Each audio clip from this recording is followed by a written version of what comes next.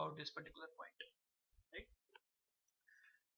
So these are the third or the three cases which we have discussed till now. Number one was the coins, number two was dice, and number three we'll be discussing is the case of playing cards. That is the number four case now.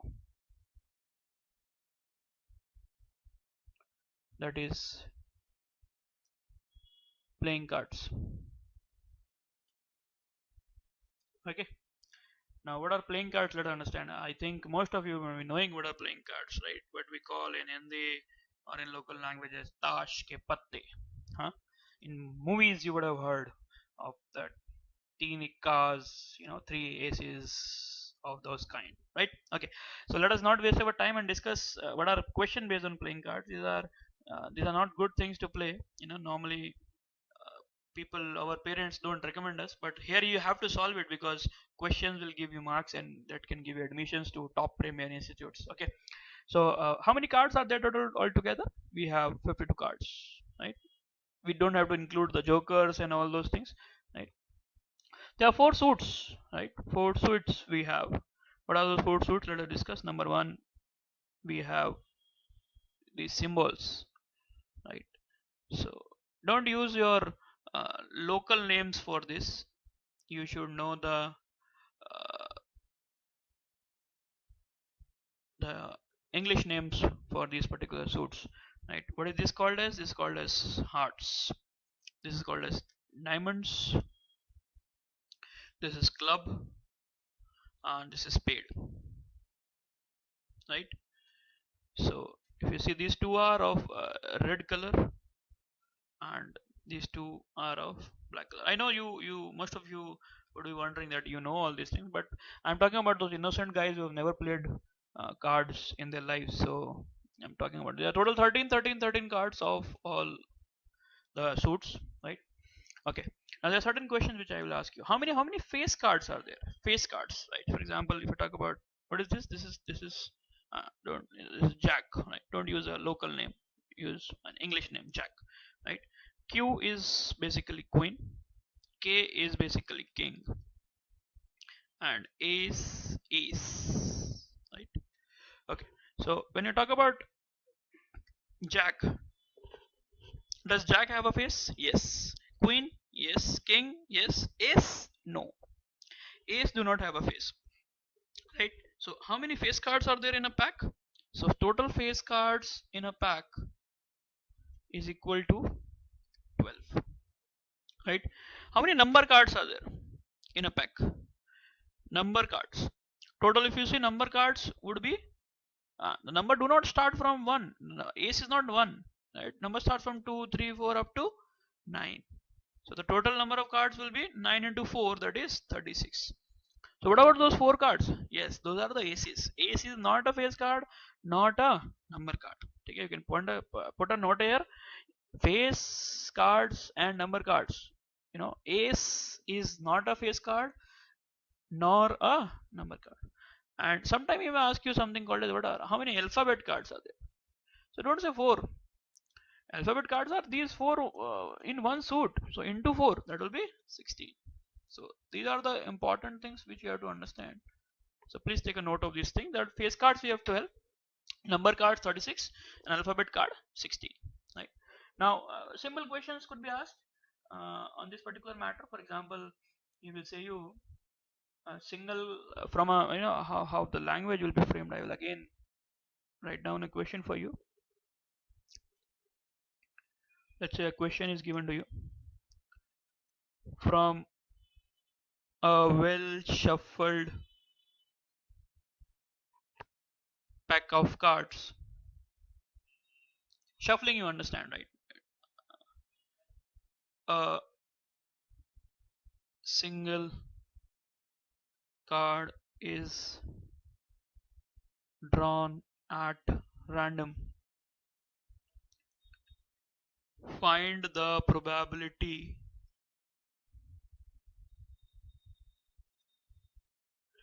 of that card to be Let's say we'll take multiple cases. First case we are talking about a black card.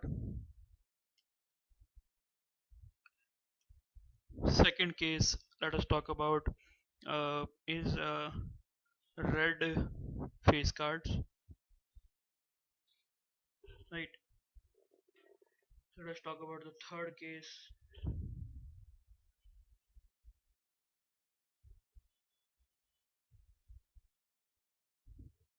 Third case is black number card, or further move ahead, let us say fourth case, let us talk about is a number card of spade. Fifth case, let us talk about a king of diamond. And let's say the sixth case is a number card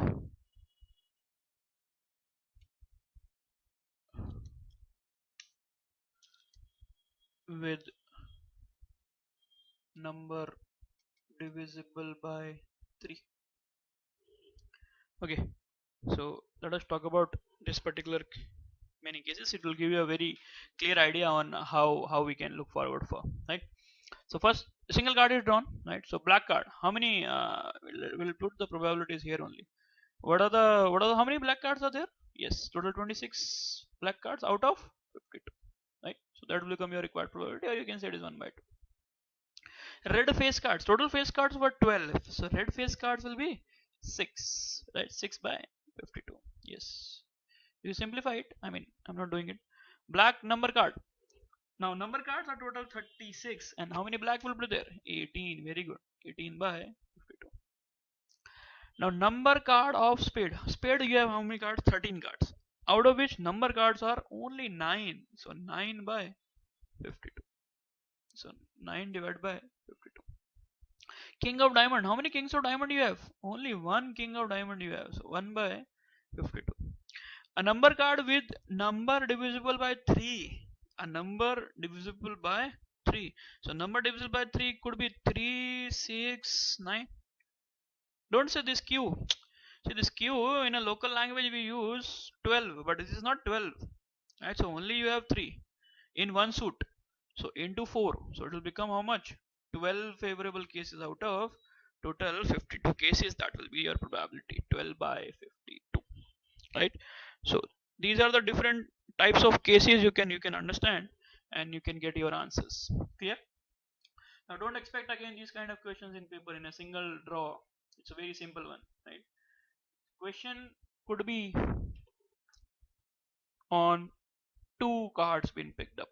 Now whenever I'm talking about two cards being picked up, so again you will have three cases. What are those three cases? I am talking about with replacement, I am talking about without replacement, and I am also talking about simultaneous picking. Getting my point? So let's say let's say we'll discuss two cases here. I am taking up two cards from a well shuffled pack of cards, and I want a probability of getting, let's say, both ace. Okay, this is the first part I'm talking about, that both ace you want. Now first ace you want, how many aces are there? 4 aces out of 52 aces, into, when I'm with replacement, I'm talking about with replacement, second ace also will give you 4 by 52. Okay, without replacement, if I talk about, it will be 4 by 52 into 3 by 51, and here it will become 4c2 upon 52c2. Again you can check it out, these two cases are going to give you the same answer, right? Now let's say if a question has been asked to you that find the probability that there will be one black number card and the other will be, let's say, a red face card.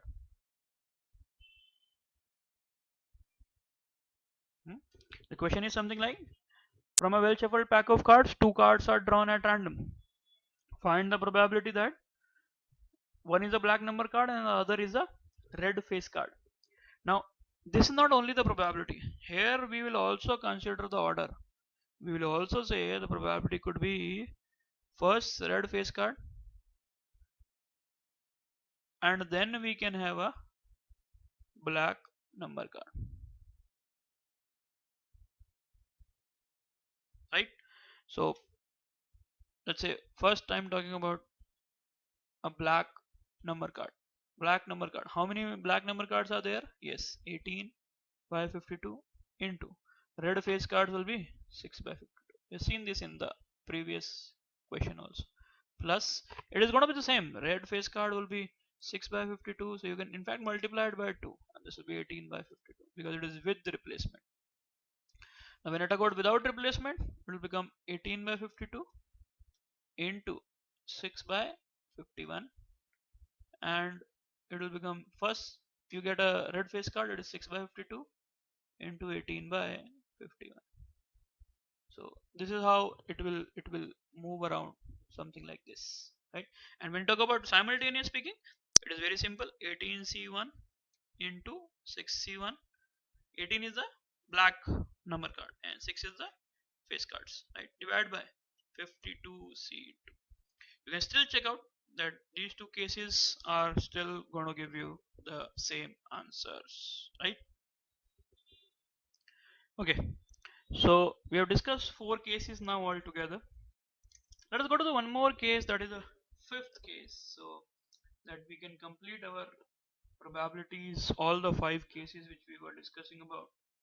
The 5th case, let us name it to be a miscellaneous case. Let us name it to be a miscellaneous case, right? I'll make you understand this with the help of an example. Let's say in an examination the probability of A passing the exam is, let's say, 3 by 5, while that of B passing the exam is, let's say, 4 by 5. Now it is asked that, I'll give you an example, that in an exam the probability of A and B passing is 3 by 5 and 4 by 5. Find the probability that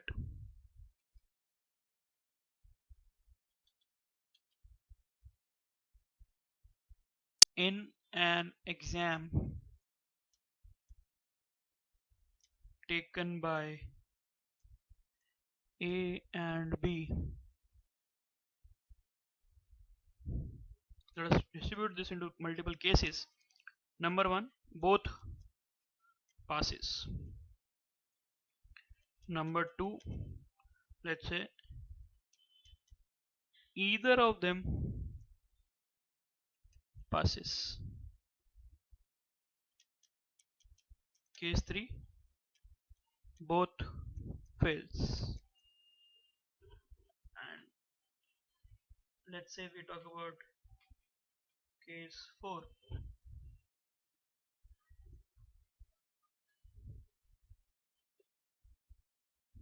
Case 4.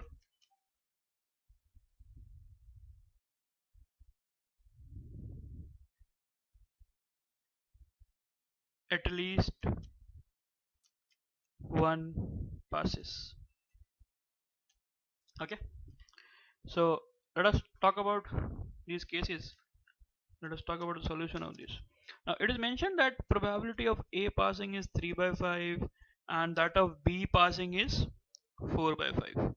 So can I find the probability of A failing? Yes, it is 1 minus PA, or I can say 1 minus 3 by 5, or can I say it is 2 by 5. Similarly, can I find out the probability of B failing? It is 1 minus probability of B passing, that is I can say 1 minus 4 by 5, or can I say it is 1 by 5. So indirectly we also know the probabilities of A and B failing, right? So in the first case he is asking you, in the very first case he is asking you to find out the probability of both passes. That means I want the probability of A passing and the probability of B passing, right? Very simple. You have the values of PA, you have the values of PB. Here we are. So we substitute this. So it is 3 by 5 into 4 by 5. So it comes out to be 12 by 25. That's your answer to the first case, right? Second case is asking either of them passes. Now either of them passes means, second case, either A passes or B passes. Now if you solve this, A passes is 3 by 5 plus B passes is 4 by 5. This comes out to be 7 by 5. Now is it correct? No. There have to be some problem with the answer, right? Why? Yes, very correct. How can the probability be greater than 1? Probability of any event cannot be greater one than 1. This is not possible. This is not possible. Now don't start blaming the question that the question is wrong. Right? Normally it happens with students. We start blaming the question that the question is wrong. There is some error with the question. See, try to understand what is the flaws, what is the technical flaws here we have done is, see, when we are saying probability of A passing, in this case, we are not considering what happened to B. You wanted that either of them passes. You wanted only that A should pass. You actually want that when A passes, then definitely B have to fail. Both cannot pass at a time. You wanted either of them to pass. Getting my point now, right? So this, or there could be a vice versa case. That means if B passes, then A will have to fail. Getting my point? So this is the required probability which you're looking forward for, and not this. Making sense to you, right?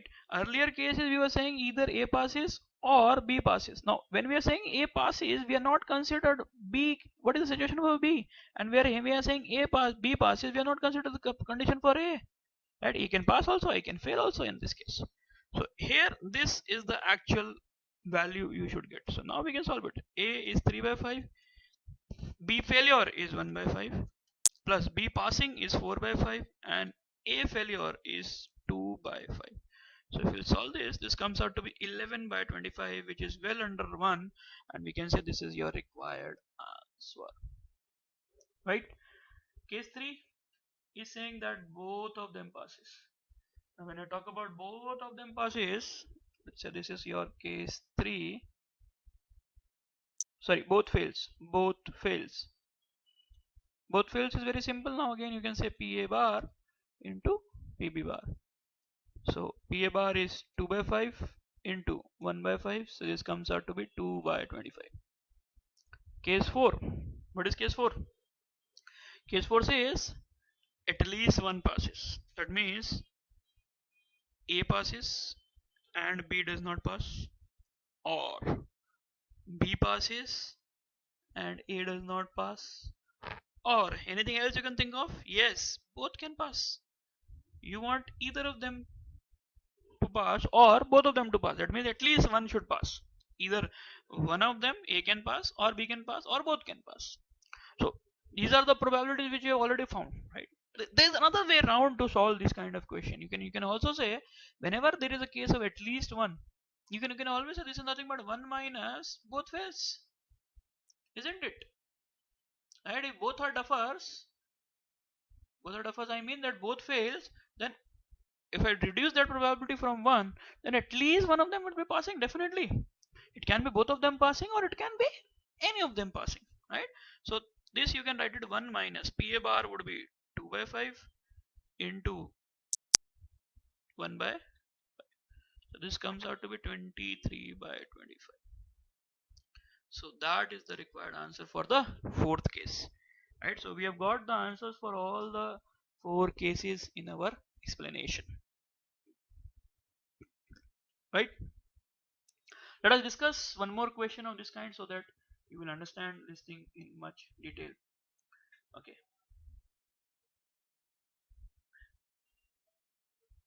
let's say we'll take a question which has appeared in many of the papers, right? It has appeared in GATE, ES, many of the papers. Right? So we'll discuss a question here. The probabilities A, B, C solving a problem in a paper are 1 by 2, 1 by 3 and 1 by 4 respectively.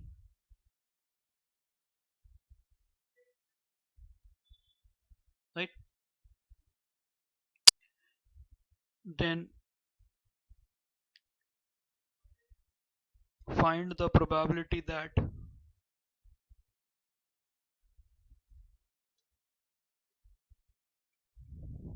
in a paper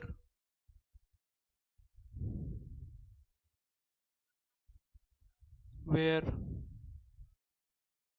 A, B, C attempts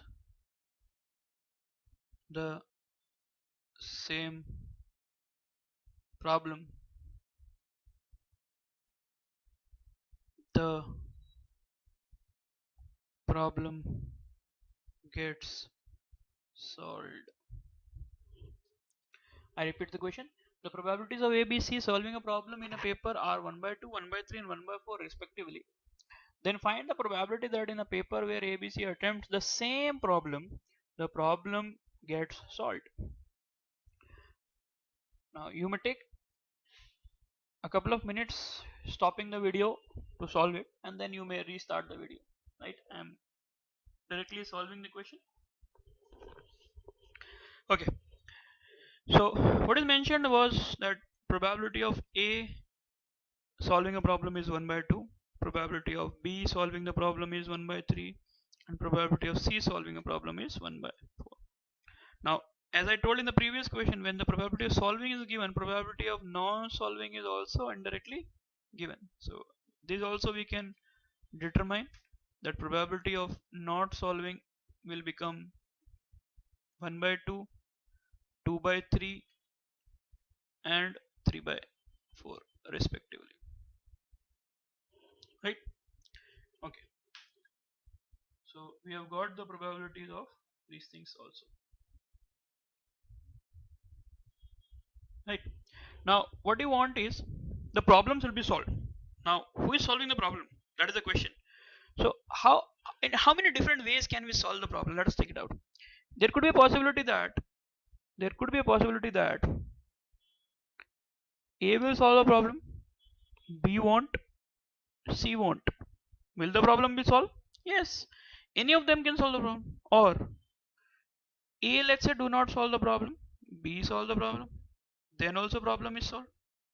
Isn't it? These are all multiplication sign in between. Right? Or A is not solving the problem. Yes, you got it right. B is not solving the problem, but C solves the problem. Isn't it? Any of them can solve the problem.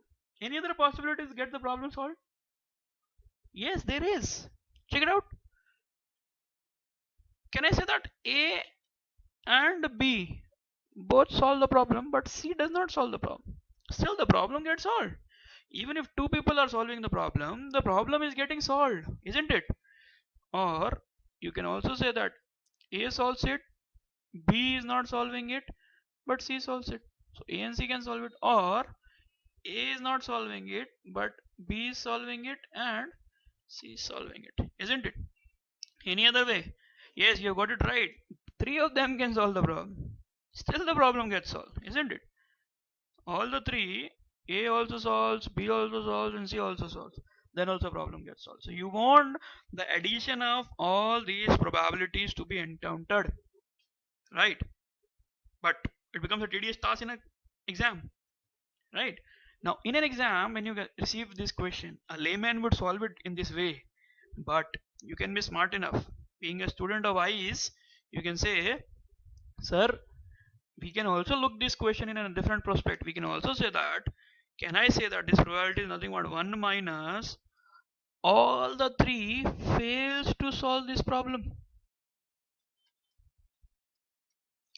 Now if all the 3 fails to solve this problem, A also fails, B also fails, and C also fails, and if I subtract this probability from 1, I will get the probability of at least one solving the problem. It can be both solving the problem, it can be 3 of them solving the problem, right? But at least one will solve the problem. That means my issue was to get the problem solved, so that is getting done, isn't it? Now it becomes very simple question to you. It is 1 by 2 into 2 by 3 into 3 by 4. Now this gets cancelled, this gets cancelled, so the answer becomes 3 by 4. So even if you solve it by this method, if you find out this term, this whole term is still going to give you 3 by 4. So it is very easy to solve it in a single step and get the answers, right? Again, in a time bound paper, this becomes very essential and very easy to solve these kind of questions. Getting your point, right? Okay. Now let us discuss one more concept here, so that we can get on to the next module of this particular thing, right? The concept says is concept of odds in favor and odds in against of an event. Now we know the definition of probability is nothing but favorable number of cases upon total number of cases. So here odds in favor will be nothing but favorable number of cases upon non-favorable number of cases.